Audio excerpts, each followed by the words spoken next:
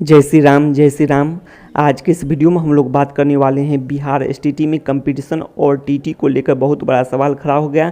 इस पर आज के वीडियो में हम लोग बात करने वाले हैं। सबसे पहले हम लोग समानताएं देखेंगे, कंपटीशन और टीटी में क्या क्या समानताएं हैं। उसके बाद हम लोग अंतर देखेंगे, उसके बाद हम लोग सच तक पहुँचने की कोशिश करेंगे। तो शुरुआत करते हैं समानताएँ से। तो देख लीजिए, आप लोग भी कंपटीशन की बात करें या फिर टीटी की, तो वो OMR बेस्ड और ऑनलाइन एग्जाम। उसके बाद आप लोग ये भी देख लीजिए, मल्टीपल चॉइस क्वेश्चन देखने को मिलता है कंपटीशन और टीटी दोनों में।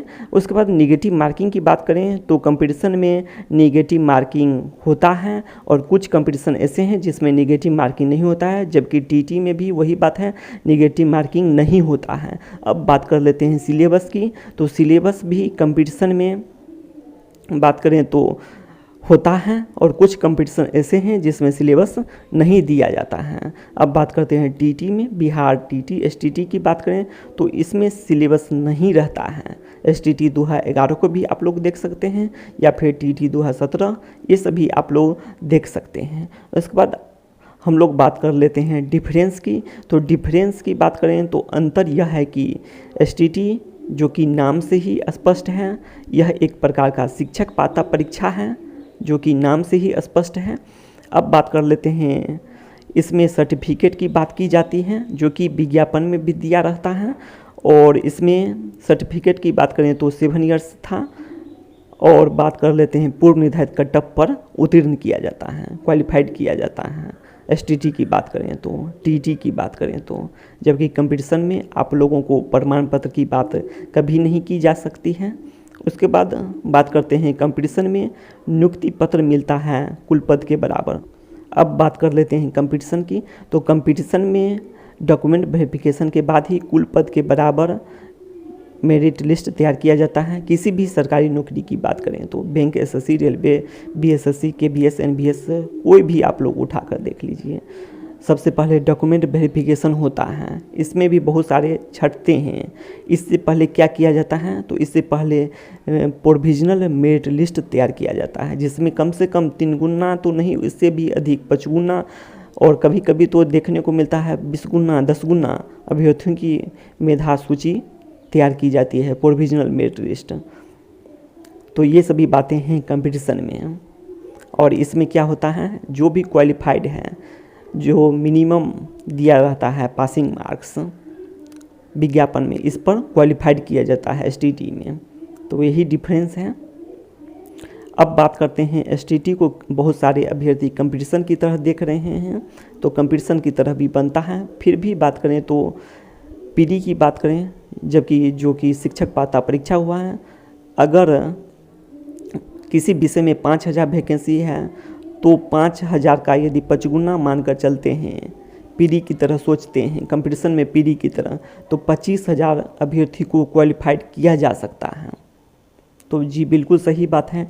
और आप लोग जानते भी हैं, कंपटीशन में 25,000 तक 5 गुना से भी ज़्यादा क्वालिफाइड किया जाता है। कंपटीशन में पीडी के लिए पास किया जाता है। किसी भी कंपटीशन में आप लोग देखते होंगे पीडी में। तो ये सभी बातें हैं। तो 5 गुना को तो लेना ही पड़ता क्वालिफाइड के रूप में। अब बात कर लेते हैं आगे।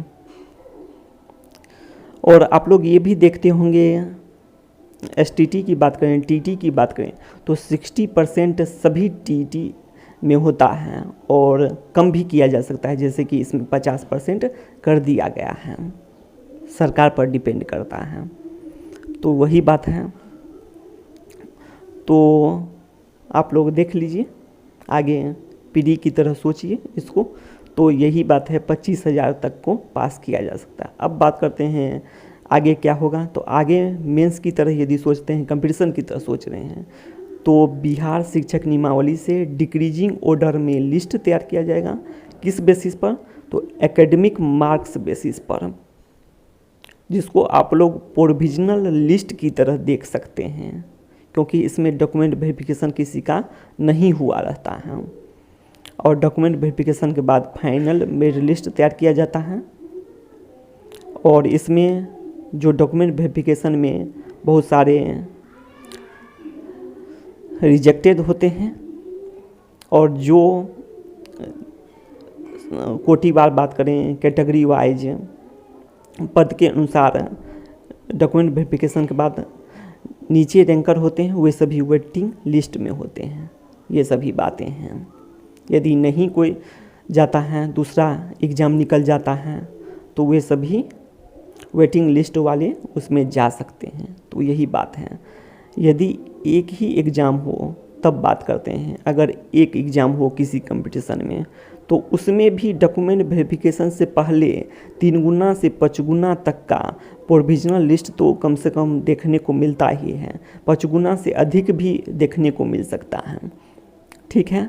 उसके बाद डॉक्यूमेंट वेरिफिकेशन के बाद ही कुल पद के बराबर उत्तीर्ण अभ्यर्थियों की मेधा सूची तैयार की जाती है। तो कंपटीशन की तरफ भी सोचते हैं तो ये सभी होना होता है। आप लोग यहाँ पर 3 गुना की तरह सोचें। यदि जिसमें प्री हो, मेंस हो, इंटरव्यू हो, और वैकेंसी की बात करें 5 हो, तो इंटरव्यू की बात करें तो 15 तक लिया जाएगा।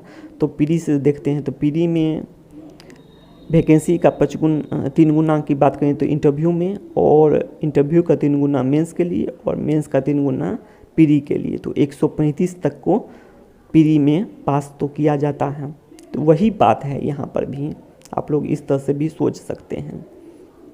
अब आगे देख लेते हैं, बिहार एसटीटी में कोई डॉक्यूमेंट वेरिफिकेशन हुआ?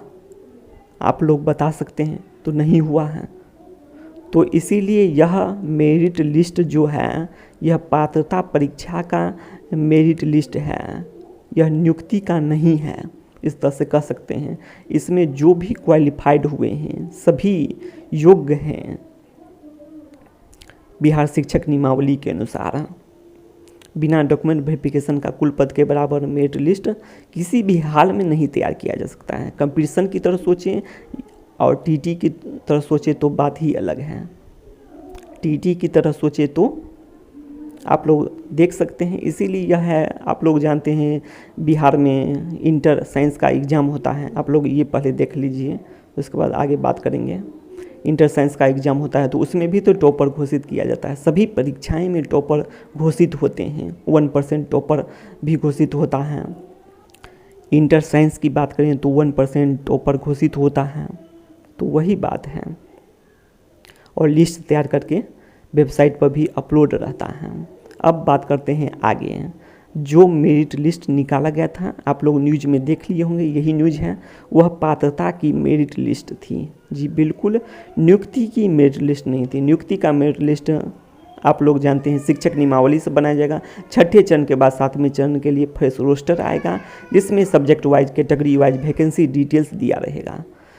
अभ्यर्थी किसी बहकावे में न आए, किसी दूसरे कारण कोई विवाद पैदा न करें। नियोजन इकाई 12 मेधा सूची बनाई जाएगी, तब शिक्षकों की नियुक्ति होगी। 7वें चरण की नियुक्ति प्रक्रिया प्रारंभ होगी। ये बातें की गई हैं। तो इस तरह से आप लोग समझ सकते हैं, जो मेरिट लिस्ट निकाला गया था वह पात्रता परीक्षा की मेरिट लिस्ट थी और नियुक्ति की नहीं थी। इस तरह से समझ सकते हैं। नियुक्ति की मेरिट लिस्ट की बात करें तो शिक्षक नियमावली से ही बनाया जा सकता है। शिक्षक नियमावली से बात की गई है। शिक्षक नियमावली में जो अर्हता दी गई है उसके अनुसार सभी उत्तीर्ण जो भी क्वालिफाइड हुए हैं सभी अभ्यर्थी आवेदन कर सकते हैं, सभी पात्र होंगे। तो इस तरह से आप लोग समझिए, कंपटीशन की तरह भी देखना है या फिर टीटी की तरह देखना है।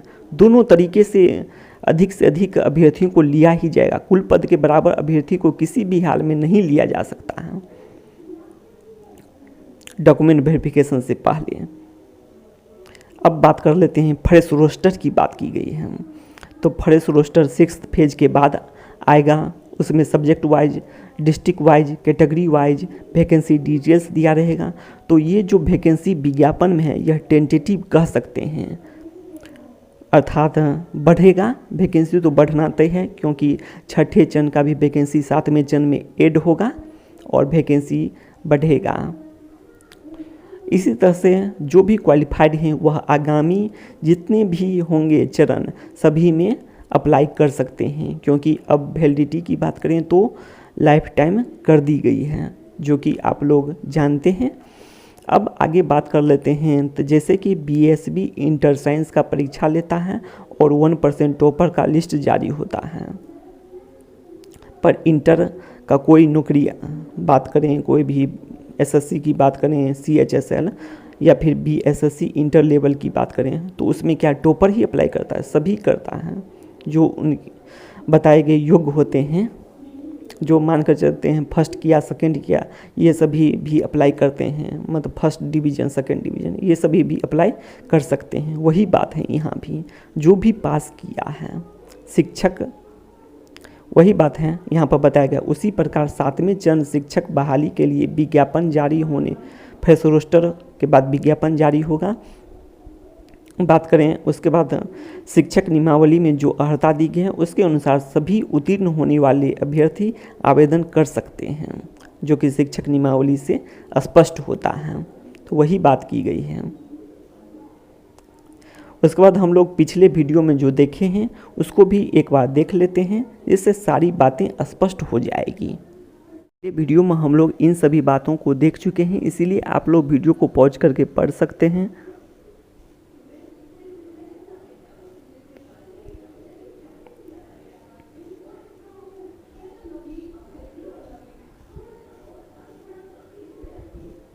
ठीक है, आप लोग समझ सकते हैं।